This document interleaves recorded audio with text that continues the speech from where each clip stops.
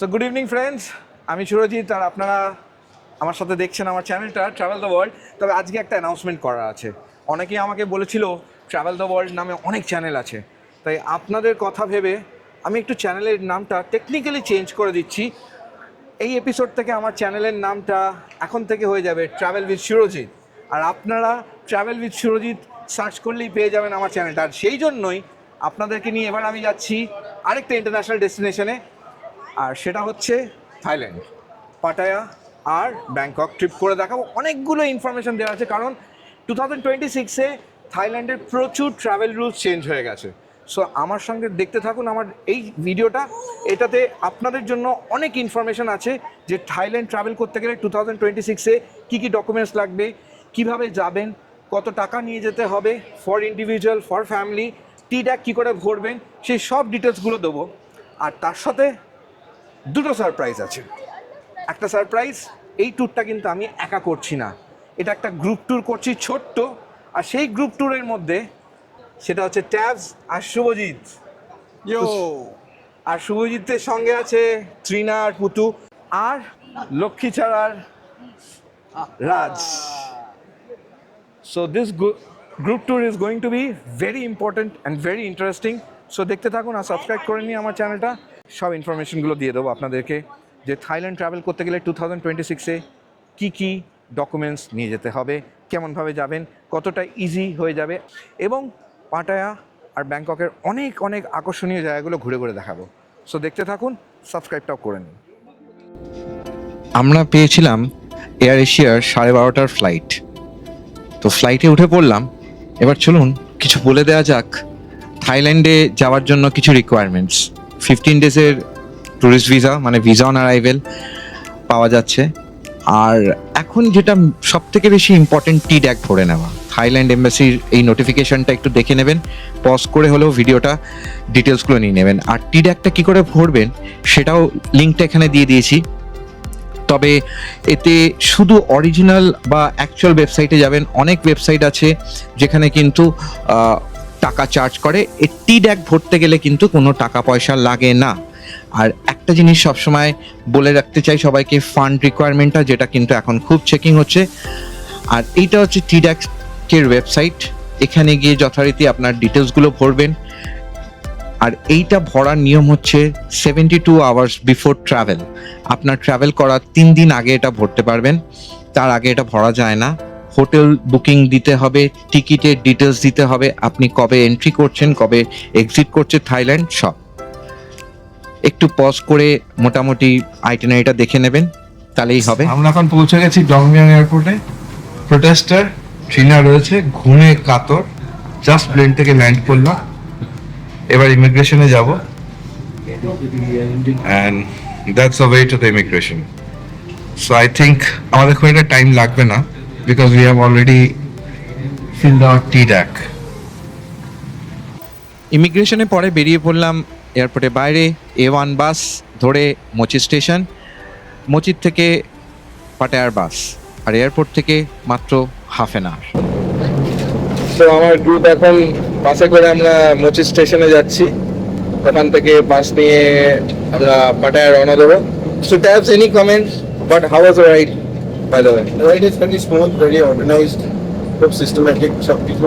Did you face any kind of problem? তোমার কোনো অসুবিধা হয়েছে? নামলাম পাশেই এয়ারপোর্টের ওখানে বাস স্ট্যান্ড, সেখান থেকে আমরা মোচিন যাচ্ছি। আর মোচির থেকে আমরা এখন বাস নিয়ে পাটায়া যাব। আর আমাদের ভিউয়ার্সদের বলে দেবো যে পাটায়া যাওয়ার বাস ভাড়াটা কত। এই বাস ভাড়াটা হচ্ছে 30 বাট। দিতে পারতাম জাস্ট ভিউয়ার্সদের জন্য, দেখাবার জন্য অ্যাকচুয়ালি কতটা কস্ট এফেক্টিভ আমরা সেটা দেখিয়ে দেবো। আমরা কতটা বাজেটে ট্রাভেল করছি সেটা দেখাবার জন্যই বেসিক্যালি বাসে করে যাওয়া। So it's 30 but from airport to Mo Chit. আর মোচিত থেকে পাটায়া যাওয়ার বাসটা কত পড়বে সেটা আমরা ওখানে গিয়ে দেখে আপনাদেরকে জানিয়ে দেবো। ততক্ষণ দেখতে থাকুন আমার চ্যানেলটা ট্রাভেল উইথ সুরজিৎ। আশা করছি আপনাদের ভালো লাগছে। আর ওদিকে রাজ বসে আছে। রাজ, তোর কিছু মন্তব্য, কেমন লাগলো বাস রাইডটা এয়ারপোর্ট থেকে? একটু জোরে বল, আমার ভিউয়ার্সরা শুনতে পাচ্ছে না। ভালো?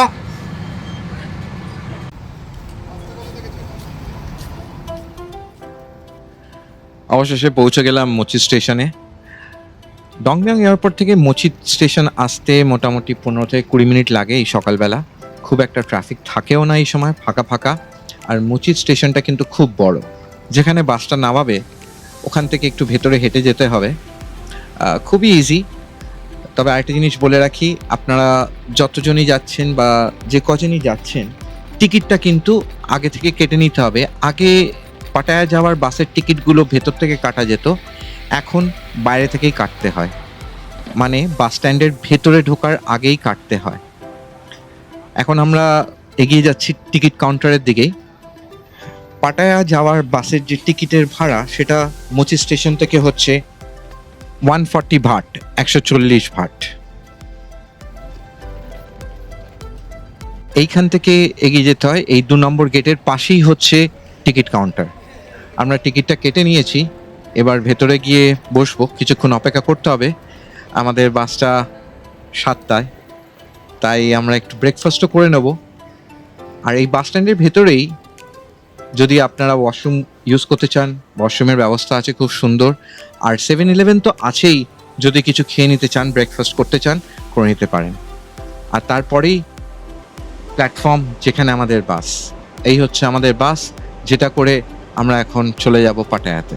তো বন্ধুরা, আমরা এখন মুচিত ওখান থেকে বাস নিলাম 140 ভাট, 2 ঘন্টার মধ্যে পাটায়া চলে এসেছি। North Pattaya bus station. North Pattaya bus স্টেশনের থেকে আপনারা বোল্ট বুক করে হোটেলে যেতে পারেন, অথবা যেটা আমরা বুক করছি, যেহেতু আমরা 7 জন আছি, এগুলো এটা ডাইরেক্ট করে যাচ্ছি, এটা আমার জন্য 250 নিচ্ছে। আর যদি আপনারা বোল্ট বুক করেন তাহলে ওই যেরকম বড় গাড়ি নেবেন 100 ভাট, 50 ভাট, বাইকে সোলো থাকলে আপনারা বাইকে করে যেতে পারেন, 30 ভাটেও চলে যেতে পারেন। ডিপেন্ড করছে ডিস্টেন্সের ওপরে, ওটা আপনাদেরকে দেখে নিতে হবে যে কত নেবে। তবে আমরা খালি এই বাসটাই, মানে এই ভ্যানটাই বুক করলাম। এগুলোকে সংথিউ বলে এখানে পাটায়াতে। তো এবার হোটেলে যাব, চেক ইন করে হোটেলের রুমটা আপনাদের দেখাবো। আর সবাই একটু টায়ার্ড, কারণ সকালবেলা মানে সারাত্রির জায়গা। তো কেমন রাজীব, কিরম লাগছে? খুব মজা করছি, খুব মজা। ভালো লাগছে জার্নিটা? খুব কমফোর্টেবল। কষ্ট হয়েছে কি?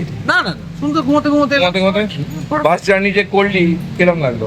ভালো লেগেছে, একদম এরকম করা উচিত। বাইরে মানে বাজেট ট্যুর করলাম আমরা, বাজেট ট্যুর করছি বেসিক্যালি, ওই জন্য বাস জার্নি করে আসছি, উইচ ইজ চিপার। তো এবার চলুন হোটেলে গিয়ে রুম দেখে আপনাদেরকে দেখাবো রুমগুলো কেমন।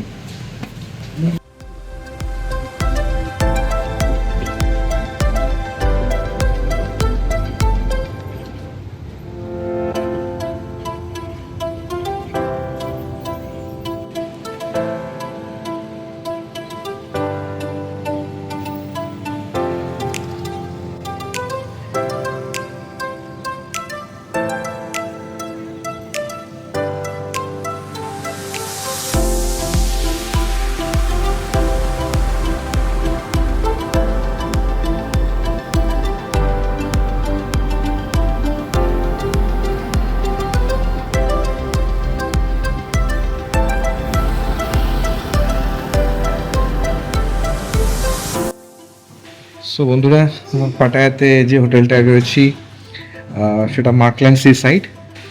হোটেলটা এবার রুমটা চেক ইন করে দেখিয়ে দিচ্ছি। এই এতক্ষণ পরে দুপুর 2টার সময় রুমটা পেলাম। বেশ সুন্দর, বড় লকার আছে। এইটা হচ্ছে পুরো রুমটা। একটা সুন্দর ফ্রিজও এখানে রয়েছে।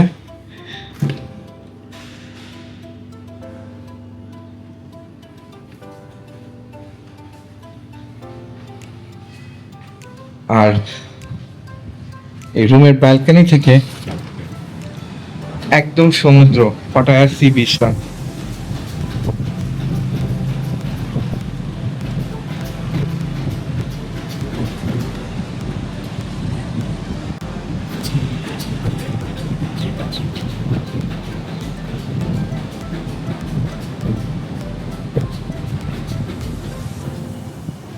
আমি ক্যাপশনে রুমের ডিটেলসগুলো বা কোথা থেকে বুক করেছি, কিভাবে বুক করেছি, সেই ডিটেলসটা আপনাদের সঙ্গে শেয়ার করে দেবো। দুটো এখানে সিঙ্গেল বেড রয়েছে, আর এখানে বেশ একটা স্টাডি টেবিল মতন রয়েছে। এবার দেখে নেওয়া যাক ওয়াশরুমটা কীরকম। টুকটু।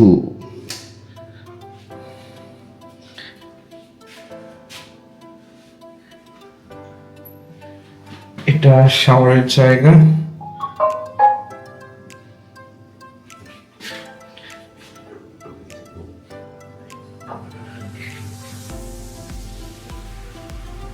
বেশ পরিষ্কার পরিচ্ছন্নই রয়েছে রুমটা।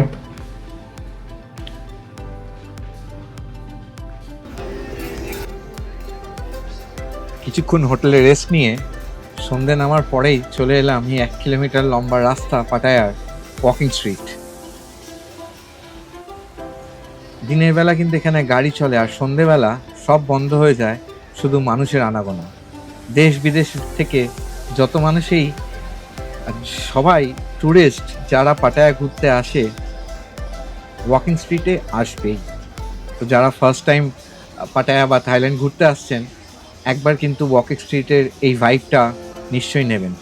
নিয়ন আলোতে পুরো রাস্তাটা সেজে ওঠে, আর সব কিছু রয়েছে, রেস্টুরেন্ট, পাব, ক্লাব, বার। স্পেশালি এখন গড়ে উঠেছে অনেকগুলো বড় বড় ইন্ডিয়ান ক্লাবস।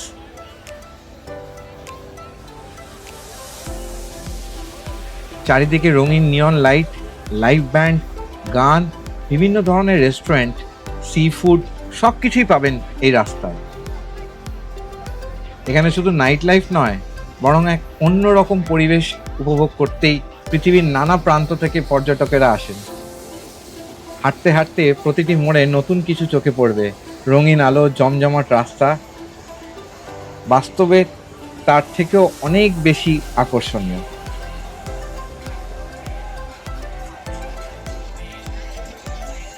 পাটায়া এলে ওয়াকিং স্ট্রিটটাকে কিন্তু আপনারা তালিকায় রাখবেন।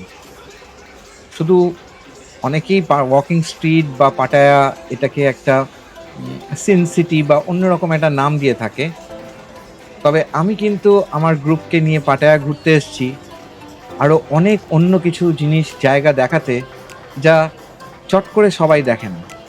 তো সেই জন্যই কালকে আমরা বেরোবো সেই জায়গাগুলো দেখতে। তো দেখতে থাকুন আমার চ্যানেলটা আর ভিডিওগুলো। কেমন লাগলো কমেন্টসে জানাবেন।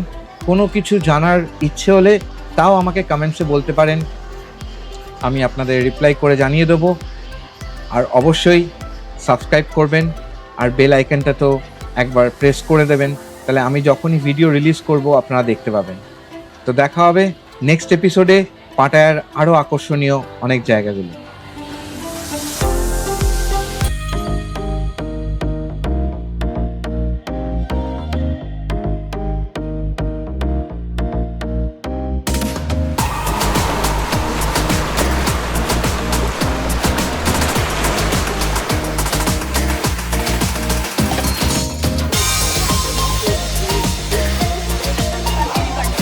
আন্ডার ওয়াটার ওয়ালের ভেতরে যেটা আছে প্রচণ্ড